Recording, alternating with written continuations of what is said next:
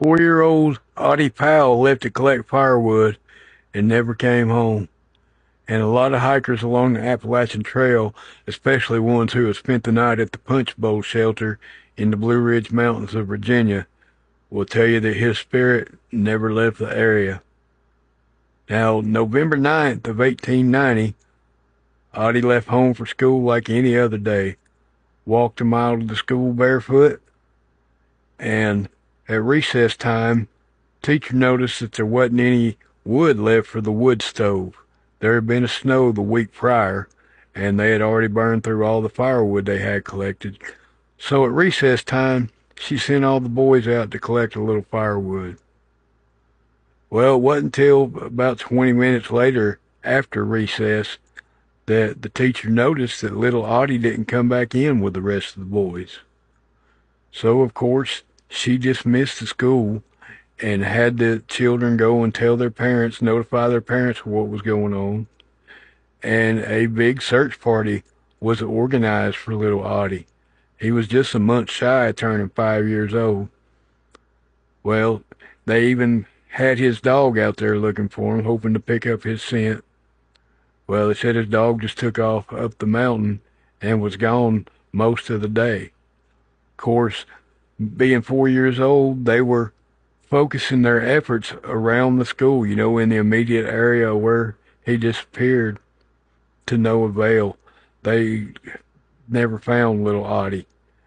And the search continued for days, and it stretched on into months. A matter of fact, it was this time of year. It was the following spring, after the thaw, April 5th of 1891, when they found little Ottie.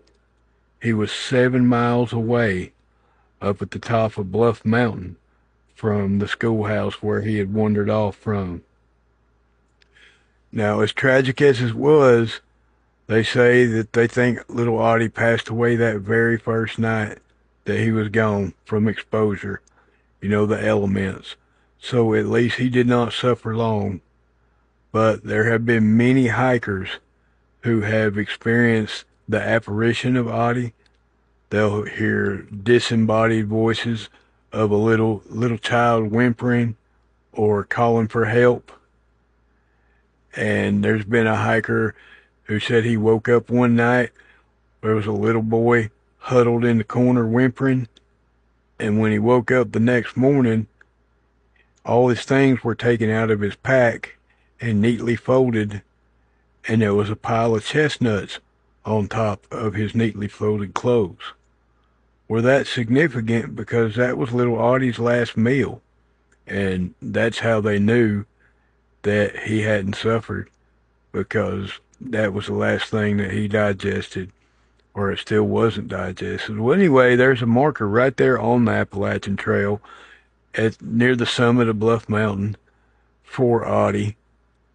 But there's also been sightings of a fair-skinned, blue-eyed little boy.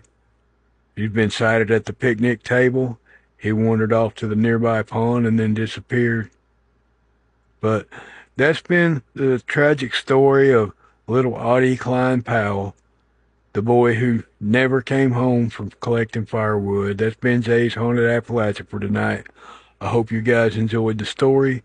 Keep sending me your stories and suggestions, guys. And keep Appalachia haunted, y'all.